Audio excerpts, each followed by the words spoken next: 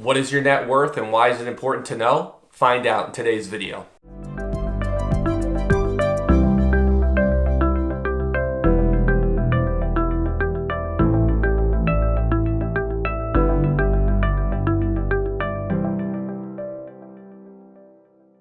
Hi, I'm Paul Sidlansky from Lake Road Advisors. Your net worth is simply your assets minus your liabilities. Your assets are things like your home, your bank account, your investments.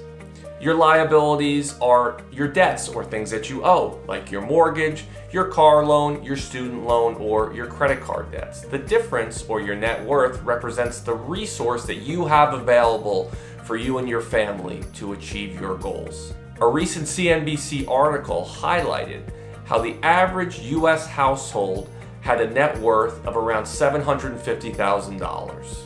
Now that number doesn't sound so bad, but when you dig a little bit deeper, you realize that it's quite inflated because of some high net worth households. A better indicator is actually the median income of U.S. households, and in this case, that number comes in at $122,000. So why is it so important to know what your net worth is? If you want to do any financial planning, there's two statements that you have to be really in tune with. One is your net worth statement. Again, your net worth represents the resources that you have available to you.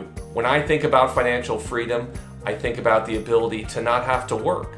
And ultimately, for you to get there, you need to have resources that will produce income to support the lifestyle you want. Those resources, or assets, can be things like stocks and bonds that pay interest and dividends. It can be a rental property that pays you a monthly income, or it could be a business that you own. You need to understand what your assets are, and just as importantly, what your liabilities are. Are you borrowing too much money?